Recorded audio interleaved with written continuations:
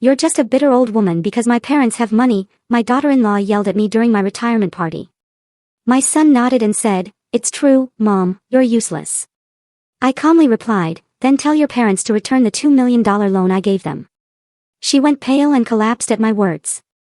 This isn't just a story about a retirement party, it's about the moment my entire world flipped upside down, the day I realized my own son and daughter-in-law weren't just ungrateful, but actively trying to destroy me. That seemingly ordinary celebration became the battlefield where I finally fought back against years of quiet humiliation. I remember it so clearly. 37 years. That's how long I'd poured my life into Henderson and Associates as their bookkeeper. This retirement party. It was supposed to be my moment. They'd thrown it at the country club, white tablecloths, fresh flowers, even a cake with my name beautifully written. I should have been glowing, filled with pride.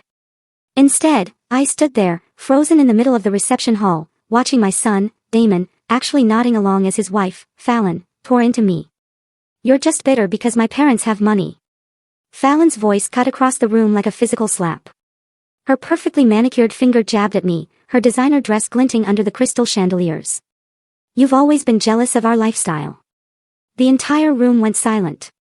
My former colleagues, my neighbors, even the catering staff stopped dead in their tracks, their eyes on me. That familiar burn of humiliation, a heat creeping up my neck, flared inside me. It was the same feeling I hadn't experienced since I was a child, being scolded in front of the whole class. Then Damon, my son, stepped in. "Really, Mom?" he said, his tone shockingly casual, almost bored. "You're not useful anymore. Why don't you just accept that and stop trying to insert yourself into our lives?" Not useful anymore. Those words hammered in my head. I stared at him, this 35-year-old man. The boy I'd raised alone after his father died when he was just 8. The teenager I'd worked double shifts for, sent to private school, even when it meant I ate peanut butter sandwiches for weeks. Fallon kept going, her voice getting shriller. "Honestly, Lorna, it's embarrassing how you try to keep up with us. We know you're struggling financially. Damon told me about your little apartment, your old car. It's sad, really." She turned to the crowd, playing to them like an actress. "She keeps trying to give us advice about money when she can barely afford her own groceries. It's pathetic." A murmur rippled through the room. I saw the pity in people's eyes. The way they looked away when I tried to make eye contact. Mrs. Patterson from next door actually shook her head, a soft, sorrowful gesture, as if I were a charity case she'd been wondering how to help. That's when something inside me snapped. Not the explosive, screaming, throwing things kind of snap. No, this was the quiet kind. The kind that feels like a door closing, permanently. I took a deep breath. And I smiled. Not the fake, polite smile I'd been plastering on my face all evening. This was a real one. The kind that comes when you finally, truly stop pretending. "Fallon, sweetheart," I said, my voice carrying clearly across the silent room. "Since you brought up money, I think it's time we discuss something." She rolled her eyes dramatically. "Oh, here we go. Another lecture from the $2 million, I interrupted, still smiling. The color drained from her face so fast I thought she might actually faint. She swayed a little, gripping Damon's arm for support. "What are you talking about?" Damon asked, but his voice had completely lost that casual confidence it had moments ago. I turned to address the room, just like Fallon had. "You see, everyone, Fallon's parents needed a rather substantial loan a few years back. $2 million, to be exact. They were facing some financial difficulties." Fallon's mouth opened and closed like a fish out of water. You can't." "I can, and I am," I said, my voice still pleasantly calm. "The loan was made 3 years ago, with very reasonable terms, 5% interest, to be paid back over 7 years. Of course, they've only made about 6 months of payments so far." The crowd was staring now, but not at me with pity. They were looking between Fallon and me with fascination, like spectators at a tennis match. "That's impossible," Fallon whispered, her voice cracking. I reached into my purse and pulled out my phone. A few taps, and I turned the screen toward the crowd. "Would anyone like to see the loan documentation? It's all quite legal and above board." Damon stepped closer, squinting at the screen. His face went white as he saw the numbers. "Mom, what is this?" "That, my dear," I said clearly, "is what your wife's parents currently owe me, including the accrued interest they've been ignoring, $2,437,612.18. Fallon made a strangled sound and actually grabbed the back of a chair to steady herself. This has to be some kind of mistake. You're a bookkeeper. You live in that tiny apartment. You drive a 15-year-old Honda. I do drive a 15-year-old Honda, I agreed. And I do live in a small apartment. But you know what they say about assuming things, dear. The room was dead silent, save for the soft jazz music still playing from the speakers, creating an almost surreal backdrop to the scene unfolding. You see, I continued, my voice growing stronger with each word, your parents came to me in quite a panic 3 years ago. Their business was failing. They were facing bankruptcy, and they needed capital immediately. They'd heard, through mutual friends, that I might be able to help. Fallon shook her head frantically. No, no, no. My parents have money. They've always had money. They paid for our wedding. They bought us the house. With my money, I said simply. All of it.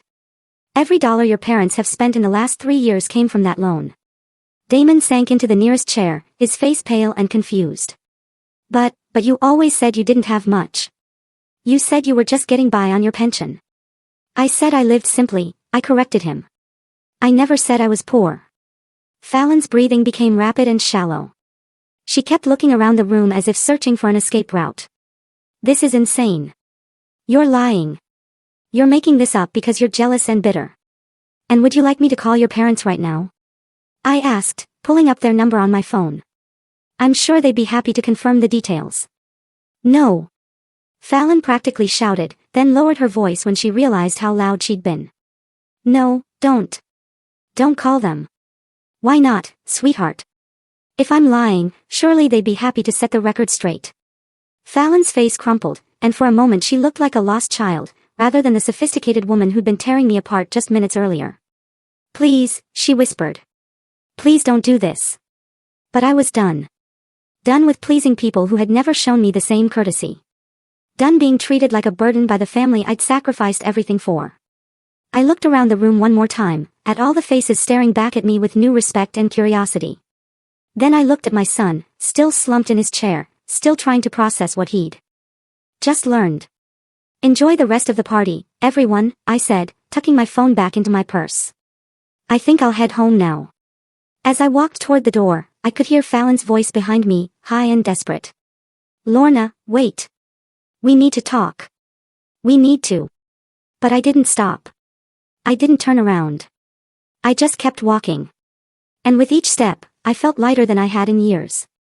The valet brought my 15-year-old Honda around, and as I drove away from the country club, I couldn't help but smile. Tomorrow, I thought, was going to be a very interesting day. I didn't sleep much that night. Instead, I sat in my small living room, a cup of tea in my hand, surrounded by photo albums and financial documents I hadn't looked at in years. The silence felt different now. Not lonely, but peaceful. For the first time in decades, I wasn't worried about disappointing anyone. The photos told a story I'd almost forgotten. There I was at 28, holding baby Damon in the hospital, my face exhausted but radiant. My husband, Robert, had died just 2 months earlier in a construction accident, leaving me with a mortgage, a newborn, and exactly $347 in our checking account. I traced my finger over the picture, remembering that terrified young woman. She had no idea what she was capable of.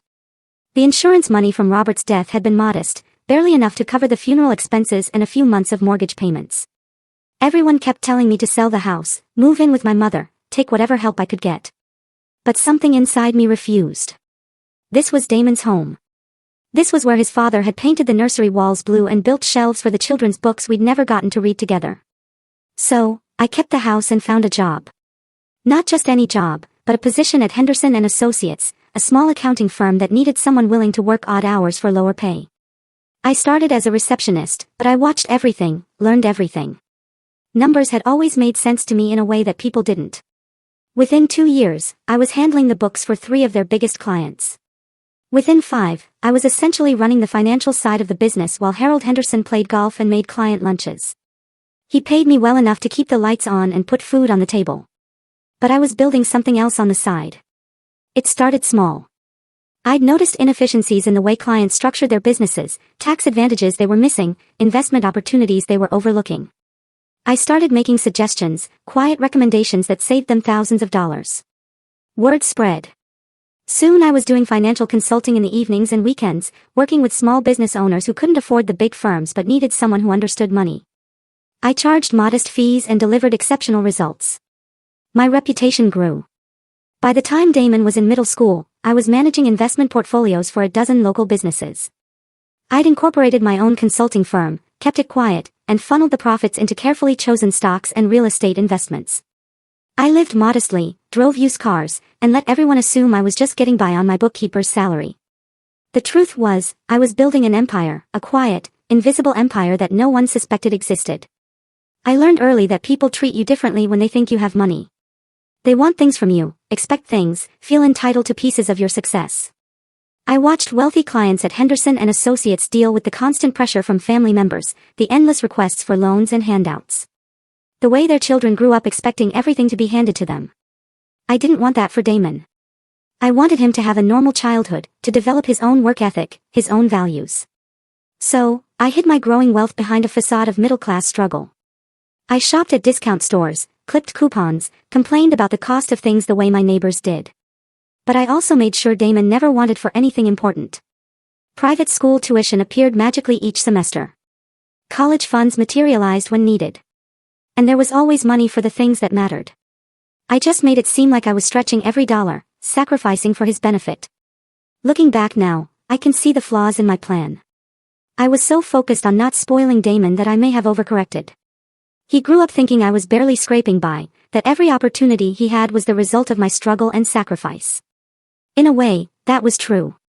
But he never understood the scope of what I'd built, the security I'd created for both of us.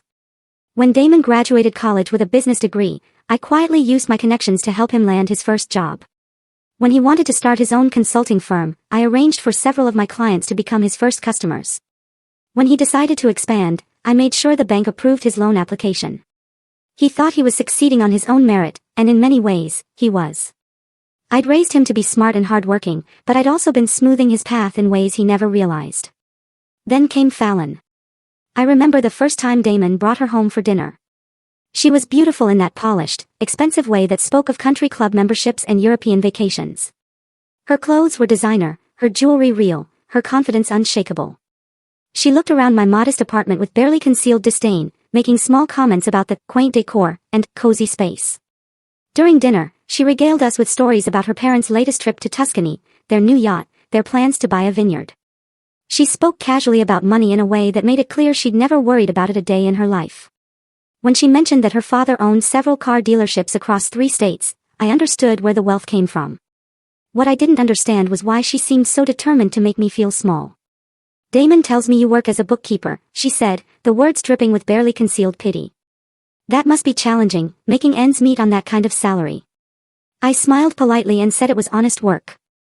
I didn't mention that I just closed a consulting deal that would net me more in 6 months than most people made in 2 years. After they left, I couldn't shake the feeling that I'd been assessed and found wanting. Fallon had looked at my small apartment, my simple lifestyle, and dismissed me as irrelevant. I told myself it didn't matter, that her opinion meant nothing. But as their relationship progressed, I began to see changes in Damon. He started making comments about my situation, asking if I needed help with bills, suggesting I might want to consider moving to a smaller place to save money. The concern in his voice was genuine, but it stung. My own son was beginning to see me through Fallon's eyes. The wedding was a spectacle that cost more than most people's houses.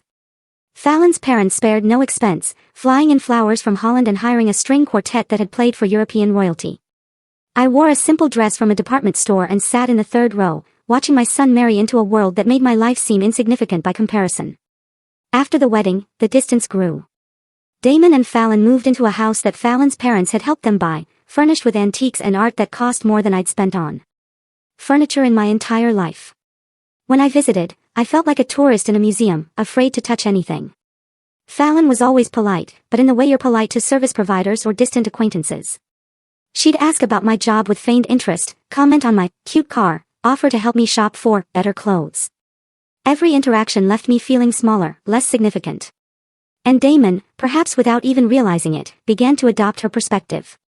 He stopped asking for my advice about business decisions. He stopped calling as frequently.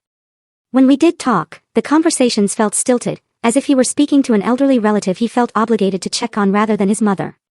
That's when Fallon's parents reached out to me.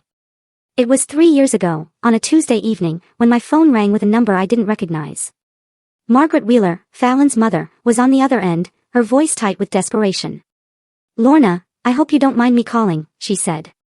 "But we're in a bit of a situation, and someone mentioned you might be able to help." The story came out in fits and starts, bad investments, market downturns, cash flow problems that had spiraled out of control. The car dealerships were hemorrhaging money, creditors were circling, and bankruptcy was looming. They needed capital immediately, and traditional lenders had turned them down. "We heard through mutual acquaintances that you might have some resources," Margaret said carefully, "connections perhaps, or knowledge of private lenders." I almost laughed. Here was this woman who had looked down on me for years, calling to ask for help from the poor bookkeeper. But something in her voice stopped me. Genuine fear. The terror of losing everything she'd built, everything that defined her family's identity. I could have said no. Should have said no, probably. But I thought about Damon, about how devastated he'd be if his wife's family lost everything. I thought about Fallon, for all her faults, and how this would shatter the world she'd grown up in. And maybe, deep down, I thought this might be a bridge, a way to finally be seen as valuable. As someone worth respecting. "How much do you need?" I asked. The amount was staggering. $2 million. More money than most people see in a lifetime. But I had it, sitting in investment accounts that had been growing steadily for decades. We met the next day at a lawyer's office downtown. Margaret and Richard Wheeler sat across from me, their faces pale with stress and humiliation. The lawyer, a sharp woman in her 50s who specialized in private lending, walked us through the terms: 5% interest, payable monthly over 7 years. Personal guarantees from both Richard and Margaret. Full disclosure to immediate family members about the loan structure. Except there was no disclosure. The Wheelers made it clear they wanted to keep the details private, to maintain their dignity and their daughter's respect. I understood. Pride is a powerful thing, and they'd already swallowed enough of theirs to ask for help. So, we structured it as a private investment in their business, with paperwork that would only become relevant if payments were missed. To everyone else, including Fallon and Damon, it would look like the Wheelers had found an angel investor, not that they were borrowing money from the woman their daughter treated like a charity case. The first few months went smoothly. The payments came on time, the businesses stabilized, and the Wheeler family maintained their lifestyle. Fallon never knew how close they'd come to losing everything, or who had saved them. But then the payments started coming late. Then they stopped altogether. Now, sitting in my living room with the loan documents spread across my coffee table, I realized what I should have seen from the beginning. The Wheelers hadn't just been borrowing money. They'd been buying time, maintaining appearances, hoping something would change. And when nothing did, they'd simply decided to ignore their obligations. After all, what could the poor bookkeeper do about it? They were about to find out. The morning after my retirement party, I woke up with a clarity I hadn't felt in years. The fog of hurt and confusion that had clouded my judgment was gone, replaced by something sharper and more focused. I made my coffee, sat at my kitchen table, and began making phone calls. The first call was to my lawyer, Patricia Collins. I'd used her services for years to structure my investments and consulting contracts, but we'd never been particularly close. That was about to change. "Patricia, it's Lorna Hastings. I need to schedule a meeting as soon as possible. It's about the Wheeler loan, and some other matters that have come up." Her voice sharpened with interest. "Has there been a development with the repayment situation?" "You could say that. Can you meet me this afternoon?" "I'll make time." The second call was to Marcus Chen, my financial advisor. Marcus had been managing my investment portfolio for 15 years, and he was one of the few people who truly understood the scope of my wealth. He was also incredibly discreet, which had served me well. "Marcus, I need you to run a comprehensive analysis on all accounts connected to Damon Hastings, loans he's co-signed, credit lines, investments, everything. I want to understand his complete financial picture." There was a pause on the other end. "Lorna, is everything all right? You sound different." "Everything is about to be very different." "How soon can you have that information?" "Give me 24 hours. The third call was the hardest. I dialed my son's number, knowing that after last night, our relationship had fundamentally changed. He answered on the fourth ring, his voice cautious. "Mom, how are you feeling today?" "I'm feeling quite well, actually. Better than I have in a long time." I kept my tone pleasant, but businesslike. "I was hoping you and Fallon could come by this evening. There are some things we need to discuss." About last night, Mom. Fallon is really upset. She barely slept. Maybe we should wait a few days for things to cool down. No, Damon. Tonight. 7 o'clock. This can't wait. I hung up before he could argue. The meeting with Patricia that afternoon was illuminating in ways I hadn't expected. She spread the Wheeler loan documents across her conference table along with several other files I hadn't seen before. Lorna, there's something you need to know about the Wheeler situation. They've been shopping around for refinancing options for the past 6 months. They've approached 3 different private lenders, trying to consolidate their debts. My stomach tightened. What kind of debts? Beyond your loan, they owe approximately $400,000 to various creditors, credit cards, supplier payments, equipment leases that went into default. They've been using your money to service minimum payments on everything else while letting your loan slide. The betrayal stung, but it wasn't the worst part. Patricia pulled out another document. This one stamped with the seal of the probate court. They also filed a preliminary inquiry 6 months ago about challenging estate plans. Specifically, they wanted to understand the process for contesting wills when there are questions about mental capacity. The room seemed to tilt around me. Whose will? They didn't specify, but given the timing and the context, I think we can make some educated guesses. I stared at the document, feeling pieces of a puzzle clicking into place. They think I'm losing my mental capacity. It appears they're laying groundwork for that argument, yes. The inquiry specifically asked about situations where elderly individuals make financial decisions that seem inconsistent with their established patterns of behavior, like a poor bookkeeper somehow having $2 million to loan to people. Exactly. I leaned back in my chair, processing this information. The Wheelers weren't just defaulting on their loan. They were planning to claim I'd never been competent to make it in the first place. If they could establish that I was mentally incapacitated when I lent them the money, they could potentially void the entire agreement. Patricia, I said, my voice steady, I want you to do something for me. I want a complete psychiatric evaluation performed by the most respected neuropsychologist in the state. I want cognitive tests, memory assessments, everything. And I want it documented that I requested this evaluation myself, while clearly demonstrating sound judgment. She nodded, making notes. That's smart. It establishes baseline competency and shows you're taking proactive steps to address any concerns. There's more. I want you to prepare a new will, a very specific one. I spent the next hour outlining exactly what I wanted. Patricia's eyebrows rose higher with each instruction, but she dutifully recorded everything. That evening, Damon and Fallon arrived at my apartment exactly at 7 o'clock. Fallon looked like she'd been crying, her usual perfect makeup slightly smudged. Damon seemed nervous, fidgeting with his car keys. Please sit down, I said, gesturing to my small living room. Can I get you anything to drink? Mom, we really need to talk about last night, Damon began immediately. Fallon's parents are very upset. They're saying you're confused about some financial arrangement, but they don't want to embarrass you by, stop. My voice cut through his rambling like a knife. Just stop talking for a moment and listen. I walked to my desk and retrieved a folder I'd prepared. These are copies of all the loan documents between your wife's parents and myself. Every page is signed, notarized, and legally binding. I handed the folder to Damon, watching his face as he flipped through the pages. His expression shifted from skepticism to confusion to dawning realization. This is real, he said quietly. Very real. $2 million borrowed 3 years ago. Payment stopped completely 8 months ago. Current amount owed, including interest and penalties, is $2,612,418.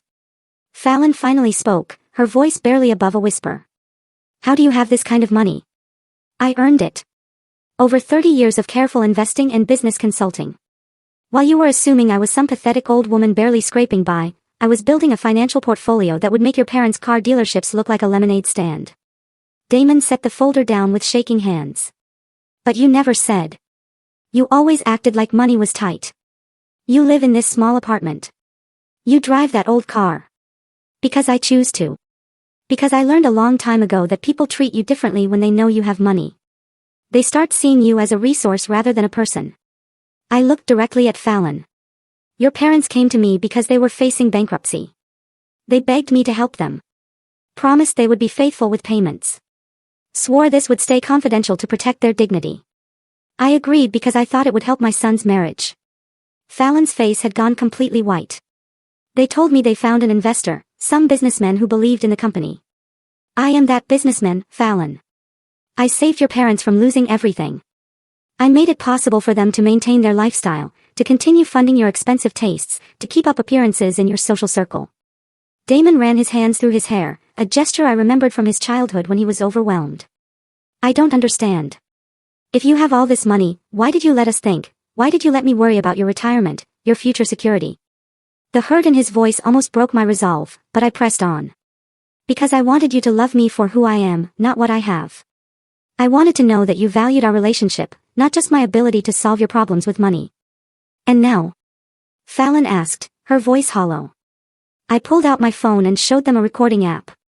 Now, I know exactly what you both think of me. Last night, in front of 50 people, you called me bitter, pathetic, useless. You made it clear that you see me as a burden and embarrassment. I played a section of audio from the previous evening, their own voices filling the small room with their harsh words. Fallon flinched as she heard herself calling me a bitter old hag. I recorded everything, I said simply. The entire conversation is documented. Damon leaned forward, his face desperate. Mom, we were upset. We said things we didn't mean. No, Damon. You said exactly what you meant. You said what you've been thinking for years. What Fallon has been telling you about me. That I'm worthless. That I have nothing to offer. That my presence in your lives is an inconvenience. I stood up and walked to the window, looking out at the city lights. What you don't know is that I've been supporting your lifestyle for years. That consulting firm you started, 3 of your first 5 clients were companies I referred to you. The bank loan for your expansion. I co-signed it quietly through a subsidiary corporation. The silence behind me was deafening. That house you live in. I helped structure the financing in ways that saved you hundreds of thousands in taxes and interest. Your retirement accounts, your investment portfolio, even Fallon's jewelry collection. All of it was made possible by advice, connections, and direct financial support that you never knew about. I turned back to face them. Damon looked stricken, while Fallon appeared to be in shock. But here's what's really interesting, I continued, my voice growing colder. I discovered today that your parents haven't just been ignoring their debt to me. They've been actively planning to have me declared mentally incompetent so they can void the loan entirely. Fallon's mouth opened and closed soundlessly. They filed inquiries with the probate court about challenging wills and estate plans. They've been laying groundwork to claim that I was mentally incapacitated when I made the loan, that I couldn't possibly have had that kind of money to lend. Damon stared at me in horror. They wouldn't. They couldn't. They absolutely could. And they were planning to, with your help. What do you mean? I pulled out the final document from my folder. This is a statement prepared by a private investigator I hired. It details conversations you've had with Fallon's parents over the past 6 months about my declining mental state and your concerns about my erratic behavior with money. Damon's face went ashen. That's not. I never said you were incompetent. I was just worried about you, about some of the decisions you were making. Like what decisions? Damon? Like living in this small apartment when you could afford better? Like driving that old car? Like not taking vacations or enjoying your retirement? It seemed like you were hoarding money irrationally, or maybe not understanding your own financial situation. The pieces fell into place with devastating clarity. So when Fallon's parents needed character witnesses to support their claim that I wasn't mentally competent to make large financial decisions, they had your concerned observations to back them up. I didn't know, Fallon whispered. I didn't know they were planning anything like that. But you knew about the loan. Not at first. They told me last month when you stopped returning their calls about payments. They said you were confused, that you thought they owed you money, but it was all a misunderstanding. I laughed, but there was no humor in it. A $2 million misunderstanding. They said you were getting old. Maybe mixing up your client's money with your own. They were trying to figure out how to handle it gently, without embarrassing you or getting you in trouble. How thoughtful of them. Damon stood up suddenly, pacing to the far side of the room. This is insane. This whole thing is insane. My mother is apparently a millionaire. My in-laws are con artists, and my wife's family has been planning to destroy you legally. That's a fairly accurate summary. He turned to face me, his expression desperate. What happens now? I looked at my son, this man I'd raised and loved and protected, who had stood by and watched his wife tear me apart because he believed I was beneath his notice. Then I looked at Fallon, beautiful and entitled and completely unprepared for the world that was about to come crashing down around her. Now, I said quietly, you both learn what it really costs to treat someone as disposable. The next morning, I began dismantling the invisible support system I'd built around my son's life with the methodical precision of a surgeon removing a tumor. Each cut was clean, calculated, and irreversible. My first stop was First National Bank, where I'd maintained business relationships for over 20 years. James Morrison, the senior vice president, greeted me with the warm familiarity reserved for clients whose portfolios commanded respect. Lorna, wonderful to see you. How was your retirement party? I heard it was quite the celebration. It was illuminating, James. That's actually why I'm here. I need to make some changes to several accounts and credit facilities. We sat in his office, surrounded by mahogany furniture and photographs of James with various local dignitaries. I pulled out a folder containing loan documents and co-signer agreements that Damon had never known existed. I need to remove myself as guarantor from the Hastings Consulting business credit line, I said, sliding the paperwork across his desk. James frowned as he reviewed the documents. This is a substantial facility, Lorna. $750,000. Your guarantee is what made this loan possible. Without it, the loan will need to be restructured based solely on the business's current assets and cash flow, which may not qualify for the same terms or the same amount. That's Mr. Hastings' problem to solve. James studied my face, clearly recognizing that this wasn't a casual business decision. Are you certain about this? Once we process this change, it can't be undone without a complete reapplication process. I'm completely certain. The second stop was Meridian Investments, where Marcus Chen managed my portfolio. His office was more modern than James's, all glass and steel and abstract art. But the conversation was equally straightforward. The analysis you requested is complete, Marcus said, handing me a thick report. Your son's financial situation is more precarious than I expected.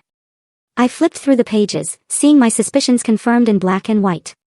Damon's consulting business was heavily leveraged, dependent on credit lines I'd guaranteed and clients I'd referred. His personal finances were stretched thin, with mortgage payments on a house that was worth less than what he owed, car payments on 2 luxury vehicles, and credit card debt that had been growing steadily. Without the business income from those 3 major clients, his cash flow will be negative within 60 days, Marcus explained. Those 3 major clients were all companies I'd been consulting with for years, businesses I'd directed to Damon when he was starting out. They'd continued working with him partly out of loyalty to me, and partly because I'd been quietly ensuring their satisfaction by reviewing his work and making corrections when necessary. I want you to contact Reynolds Manufacturing, Berkshire Holdings, and Patterson Logistics, I said. Inform them that I'll be taking over their accounts directly, effective immediately. Marcus raised an eyebrow. That's approximately 60% of Hastings Consulting's revenue. Yes, it is. Lorna, I have to ask. Is everything all right? These seem like very drastic measures. I thought about Damon's words from the previous night. The casual dismissal, the assumption that I was useless. Everything is exactly as it should be, Marcus. My third stop was the most difficult. Margaret Wheeler had agreed to meet me for lunch at the country club where my retirement party had taken place just 2 days earlier. She looked older than I remembered, stress lines deepening around her eyes, her usual perfect composure cracked at the edges. Lorna, thank you for agreeing to meet. I hope we can work this out amicably. We sat at a quiet table overlooking the golf course, the same view I'd had when Fallon called me pathetic in front of all my colleagues. The irony wasn't lost on me. Margaret, I'm going to be very direct. I know about the probate court inquiries. I know about your plans to challenge my mental competency. And I know you've been using money from my loan to service other debts while ignoring your obligations to me. Her face went pale, but she maintained her dignified composure. I don't know what you're talking about. I placed a folder on the table between us. These are copies of every financial transaction your family has made in the past 6 months, courtesy of a very thorough forensic accountant. Shall I read through them? Margaret's hands trembled slightly as she reached for her water glass. How did you? That information is private. Not when you're in default on a $2 million loan, it isn't. My attorneys have been very thorough. I opened the folder and began reading. March 15th, payment to American Express, $22,400. March 18th, payment to Mercedes-Benz Financial, $8,900. March 22nd, payment to Fallon's credit card, $14,600. Margaret's composure finally cracked. Please. April 3rd, wire transfer to Fallon's account for her European vacation, $28,000. April 7th, payment to the country club for her bridal shower, $6,200. I paused. Stop, she whispered. I closed the folder. Every payment I just listed was made with money from my loan. Money you promised would be used to stabilize your business. Instead, you've been funding your daughter's lifestyle while planning to claim I'm mentally incompetent so you don't have to pay me back. Margaret stared down at her untouched salad, her voice barely a whisper. We were desperate. The business was failing faster than we expected. We thought if we could just maintain appearances for a while longer, something would turn around. And if it didn't turn around? She didn't answer. You were going to destroy my reputation, question my mental capacity, and potentially have me declared incompetent. All to avoid repaying money you borrowed in good faith. It wasn't supposed to happen like this. But it did happen like this. And now there will be consequences. I pulled out a formal notice that Patricia had prepared. This is a demand for immediate payment of the full outstanding balance plus penalties. $2,843,712, due within 30 days. Margaret's face went white. We don't have that kind of money. You know we don't. Then you'll need to liquidate assets. The dealerships, the house, the yacht I've heard so much about. Please, Lorna, there has to be another way. What if we could work out a new payment plan? Margaret, you had a payment plan. You ignored it for 8 months while spending my money on luxury items and planning to have me declared incompetent. There is no new payment plan. She was crying now, mascara creating dark tracks down her cheeks. This will destroy us. Fallon doesn't know how bad things are. This will ruin her marriage. Her whole life. Her marriage is built on a foundation of lies and borrowed money. Maybe it's time she learned to live in the real world. I stood to leave, but Margaret grabbed my arm desperately. Wait. There's something else you need to know about Damon. I sat back down, curious despite myself. Fallon has been working on him for months, convincing him that you're becoming unstable. She's been documenting every conversation you've had, every decision you've made that seemed unusual to her. She was building a case. A case for what? For having you declared incompetent. She wanted Damon to petition for guardianship over your affairs. The restaurant seemed to tilt around me. Guardianship. She convinced him that you needed protection from yourself, that you were making poor financial decisions and needed someone to manage your money before you lost everything. I felt a cold fury building in my chest. She wanted control of my assets. She thought, we all thought you maybe had a few $100,000 saved up. Enough to be worth managing, but not enough to matter in the long run. And Damon agreed to this. Margaret nodded miserably. He loves you, Lorna. He really does, but Fallon made it sound like he was protecting you. She showed him articles about elderly financial abuse, stories about seniors who lost their savings to scams. She made him believe that taking control of your finances was an act of love. I stared across the golf course, processing this information. My own son had been prepared to strip away my autonomy. To treat me like a child who couldn't manage her own affairs, all because his wife had convinced him it was for my own good. When was this supposed to happen? Soon. Fallon was waiting for one more incident.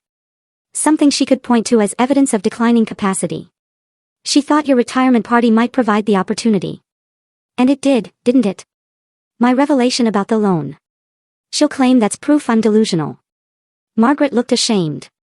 That was the plan. I stood again. This time with finality. Thank you for telling me the truth, Margaret. It changes nothing about the loan.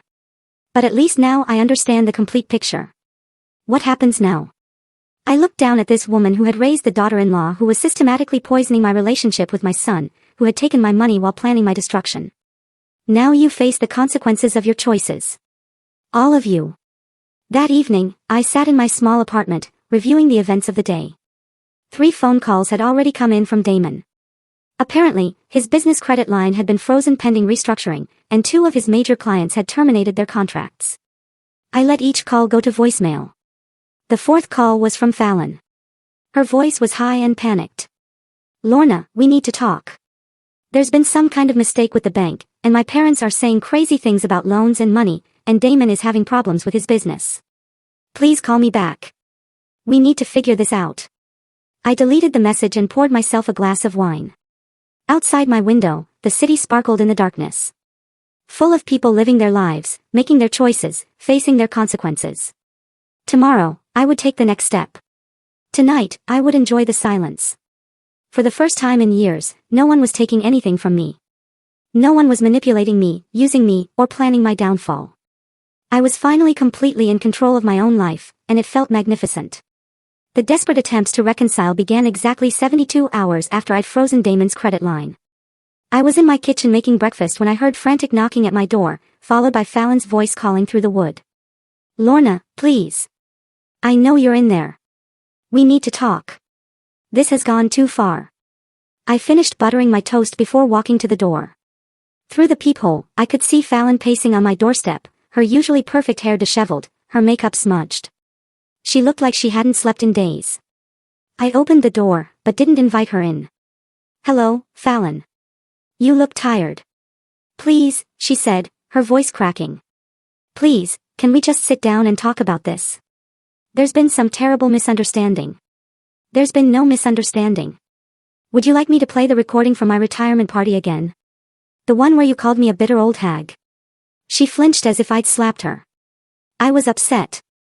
I said things I didn't mean. "People say things when they're emotional," I replied calmly. "People reveal who they truly are when they're emotional. That's when the masks come off."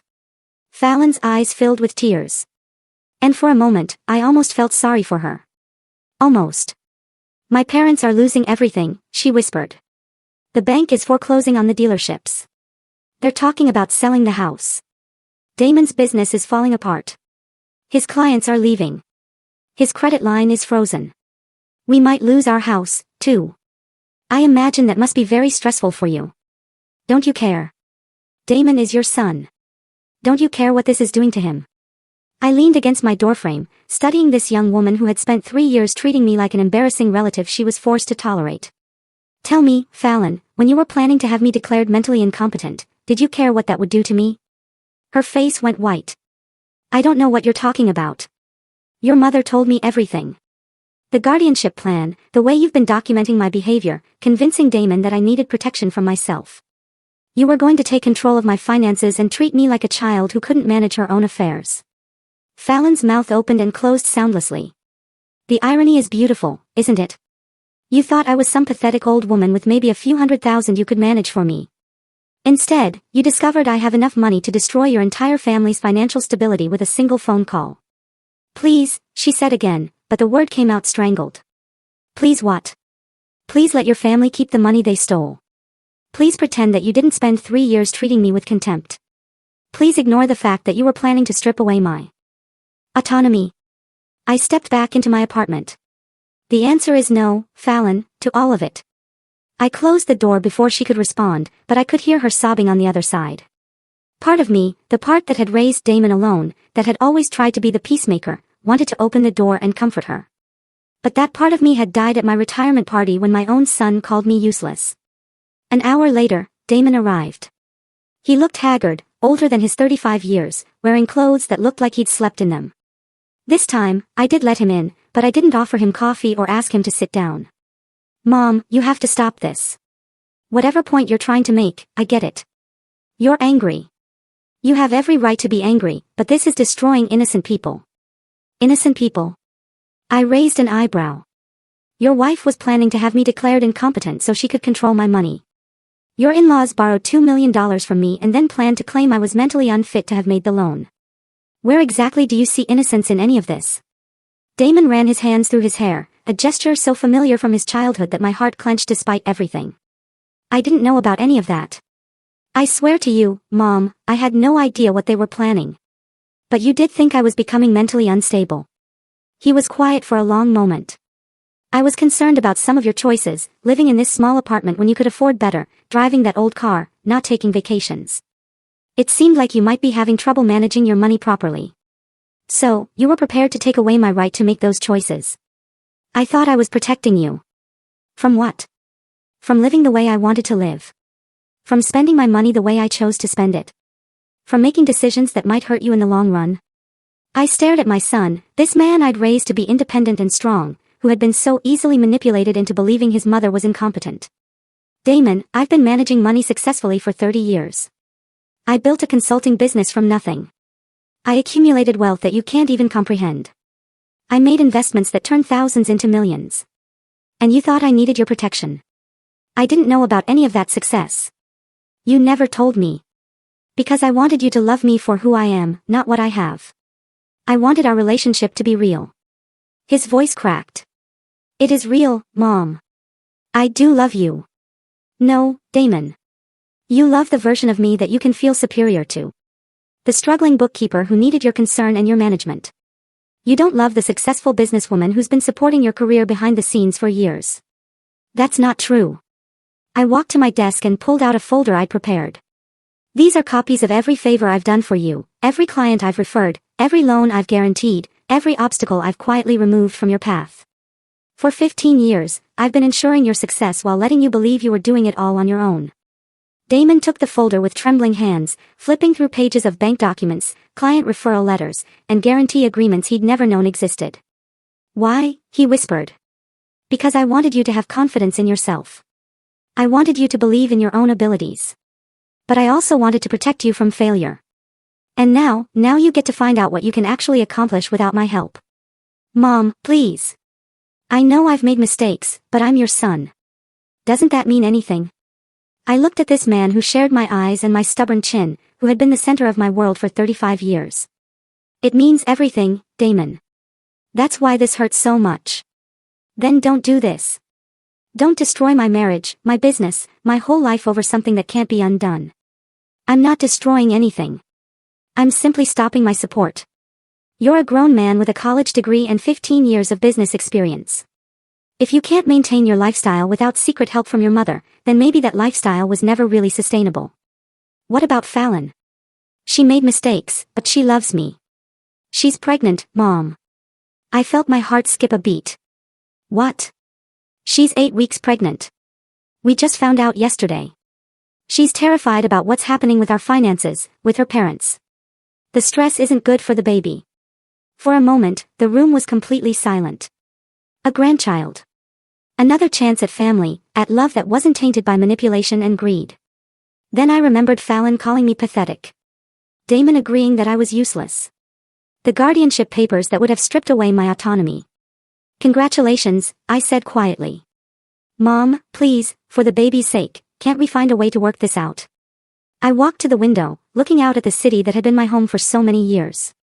Somewhere out there, Margaret and Richard Wheeler were probably meeting with bankruptcy attorneys.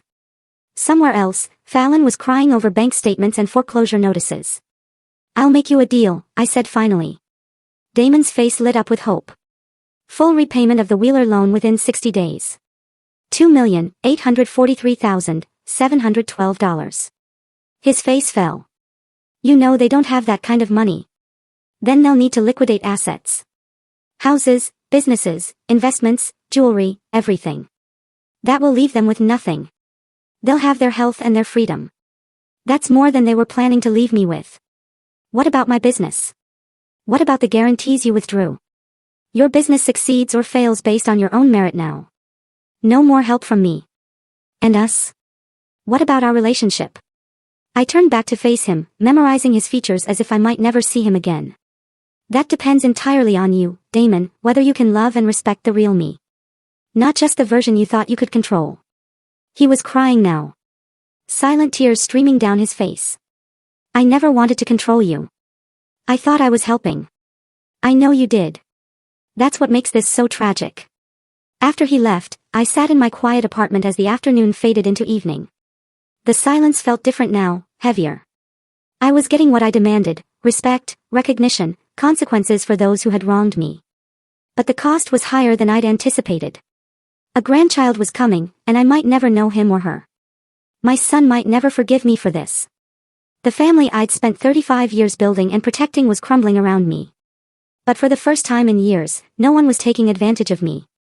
No one was manipulating me or planning my downfall. I was finally free to be exactly who I was, without apology or explanation. The question was freedom worth the price of being alone? I poured myself a glass of wine and watched the sun set over the city, knowing that tomorrow would bring new challenges, new choices, new consequences. But tonight, I was simply Lorna Hastings, successful businesswoman, millionaire, survivor. And that would have to be enough. 6 months later, I stood in the lobby of the Meridian Tower, wearing a tailored navy suit that cost more than most people's monthly salary. The marble floors gleamed beneath my feet, reflecting the crystal chandeliers that cast warm light across the space. This was my building now, one of 3 commercial properties I'd purchased in the past month. The elevator carried me to the 15th floor, where glass doors bore the inscription, Hastings Financial Consulting, Private Wealth Management. My new office occupied the entire floor, with floor-to-ceiling windows offering a panoramic view of the city I'd called home for so many years. My assistant, Claire, a sharp woman in her 40s who'd come highly recommended, greeted me with my morning schedule. "Good morning, Mrs. Hastings. You have the Peterson consultation at 10 o'clock, lunch with the Mayor's Economic Development Committee at noon, and the Forbes interview at 3. "Thank you, Claire. Any messages?" "Several. Your lawyer called about the Wheeler bankruptcy proceedings. Everything is finalized. Your accountant needs to review some tax implications for the new acquisitions. And..." She hesitated. "And your son called again. That's the 4th time this week." I nodded, taking the message slip without looking at it. "Hold my calls until after the Peterson meeting." The transformation had been gradual at first, then sudden. After Damon left my apartment that day, I'd made a decision that changed everything. I was done hiding who I was. Within a week, I'd hired the best image consultant in the city, updated my wardrobe, and had professional photographs taken. I'd registered Hastings Financial as a full-service wealth management firm and begun reaching out to the network of contacts I'd built over 3 decades. The response was immediate and overwhelming. Apparently, whispers of the mysterious investor who'd been making smart money moves behind the scenes had been circulating for years. When I emerged from the shadows, clients lined up to work with the woman who'd quietly built a fortune while maintaining the discretion they valued. My first major coup was convincing 3 family trusts worth a combined $800 million to move their portfolios to my firm. Word spread quickly through the wealthy circles of the city. Lorna Hastings was the real deal. The Wheeler bankruptcy had been swift and brutal. Unable to meet my payment demands, they'd been forced to liquidate everything. The car dealership sold to a competitor for cents on the dollar. The house went to pay creditors. The yacht, the art collection, even Margaret's jewelry. All of it went to auction. They'd moved to a modest apartment across town, both taking jobs they were overqualified for, but desperate to have. Richard worked as a sales manager at a used car lot owned by his former competitor. Margaret worked part-time at a real estate office, showing houses she could never afford to live in again. Fallon had been devastated. The pregnancy had been difficult, complicated by stress and the dramatic change in her circumstances. She'd lost the designer clothes, the spa treatments, the lifestyle that had defined her identity. Worst of all, she'd had to watch her parents' humiliation, knowing it was partially her fault. Damon's business had struggled initially after losing my support. But he'd proven more resilient than I'd expected. He downsized, moved to a smaller office, and focused on building genuine relationships with clients rather than relying on my referrals. It was harder work, less profitable, but more honest. They'd sold the house I'd helped them buy and moved to a modest 3-bedroom in a middle-class neighborhood. Damon drove a used sedan instead of his luxury car. Fallon shopped at Target instead of Nordstrom. But they were surviving. The baby had been born 3 months ago. A healthy daughter they'd named Emma. The birth announcement had been simple, sent by mail with a small photograph. No elaborate celebration, no expensive gifts from grandparents. Just a quiet welcome for a new life, entering an uncertain world. I'd stared at that photograph for a long time, memorizing my granddaughter's tiny features, wondering if I'd ever hold her, ever know her laugh, or comfort her tears. The Forbes interview that afternoon was supposed to focus on my business success, but the journalist was more interested in the personal story. "You've become something of a legend in financial circles," she said, her recorder capturing every word. "The bookkeeper who secretly built an empire. What drove you to keep it hidden for so long?" I considered the question carefully. I learned early that people's perception of you changes when they know you have money. They start seeing you as a resource rather than a person. I wanted my relationships to be based on who I was, not what I had. And did that strategy work? I smiled, but there was sadness in it. It revealed exactly what my relationships were really worth. "You've been estranged from your son for 6 months now. Do you have any regrets about how you handled the situation?" "I regret that it was necessary. I don't regret standing up for myself." "What would it take for reconciliation?" I thought about that question long after the interview ended. What would it take? An apology would be a start, but not enough. Real change, genuine respect, acknowledgement of the damage that had been done. Those things took time to develop, and even longer to prove.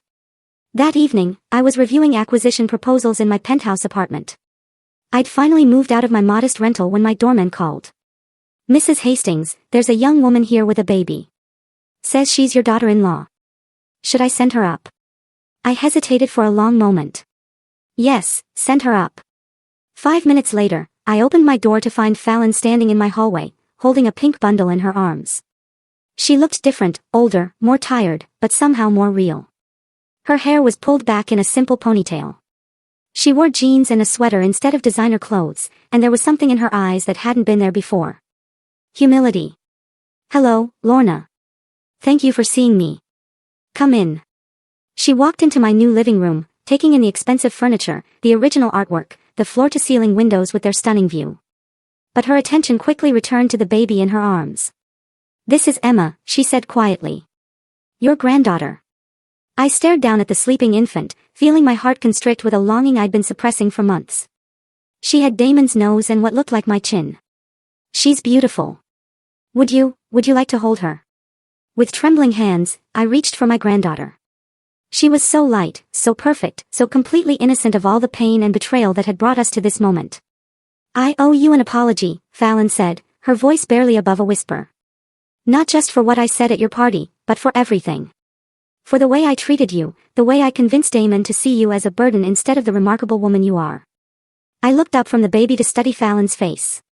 The arrogance was gone, replaced by something that looked like genuine remorse. "I was spoiled and entitled and cruel," she continued. "I thought money and status were the only things that mattered. I looked down on you because I thought you had less than me. And I was threatened when I discovered you had more. And now I understand what my parents did to you, what I participated in doing to you. We took advantage of your generosity and your love for Damon. We planned to take away your autonomy. We treated you like you were disposable." She was crying now, silent tears that she didn't try to wipe away. "I know you have every right to hate me. I know I don't deserve your forgiveness, but I wanted you to know that I understand now how wrong I was, and I wanted you to meet your granddaughter." I held Emma closer, breathing in that sweet baby scent, feeling her tiny heartbeat against my chest. "What does Damon know about this visit?" "Nothing. He doesn't know I'm here. He thinks you'll never forgive us. That we've lost you forever. And what do you think?" Fallon was quiet for a long moment. "I think that would be fair. But I hope maybe someday you might give us a chance to earn your trust back. That would take time. Years, probably. I know. And it would require real change, not just words. Actions. Proof. I understand." Emma stirred in my arms, making soft baby sounds. I looked down at her perfect face and felt something shift inside me. The anger was still there, the hurt, the betrayal. But love was there, too. Not for Fallon, not yet. But for this innocent child who deserved better than the legacy of pain her family had created. "I'm not ready to forgive," I said finally. "I may never be ready. But I am ready to consider the possibility that people can change." Fallon's face lit up with hope. "Small steps," I warned. "Supervised visits with Emma, family counseling with Damon, complete transparency about your finances and decisions. And if there's ever another betrayal, any attempt to manipulate or take advantage, it ends permanently." "Yes," she said immediately. "Yes, absolutely." "And Fallon?" "Yes. I'm not the same woman who used to hide her success to make others comfortable. I won't pretend to be less than I am ever again. If we're going to rebuild this relationship, it will be with full honesty about who we all really are." She nodded, wiping her tears. "I wouldn't want it any other way." As she prepared to leave, I made a decision that surprised even me. "Fallon." She turned back, hopefully. "Tell Damon he can call me. Not to apologize or make excuses, but to talk about Emma. About being grandparents. About what comes next." Her smile was radiant. "I will. Thank you." After they left, I stood in my beautiful apartment, surrounded by all the symbols of my success, holding a small pink blanket that still smelled like baby powder. The silence felt different now, not empty, but full of possibility. I'd learned that liberation wasn't just about breaking free from those who'd wronged me. It was about choosing who to let back in, on what terms, and with what expectations. Tomorrow, Damon would call. We would have difficult conversations about trust and forgiveness, and the long road back to being a family. It wouldn't be easy, and there would be no guarantees. But for the first time in months, I felt something I'd almost forgotten. Hope. The city sparkled beyond my windows, full of people making their own choices, facing their own consequences, rebuilding their own lives. And somewhere in that vast tapestry of human experience, my granddaughter was sleeping peacefully, dreaming baby dreams in a world where her grandmother was finally completely, authentically herself. That was enough. That was everything. Now I'm curious about you, who listened to my story. What would you do if you were in my place? Have you ever been through something similar? Thank you for watching. Take care.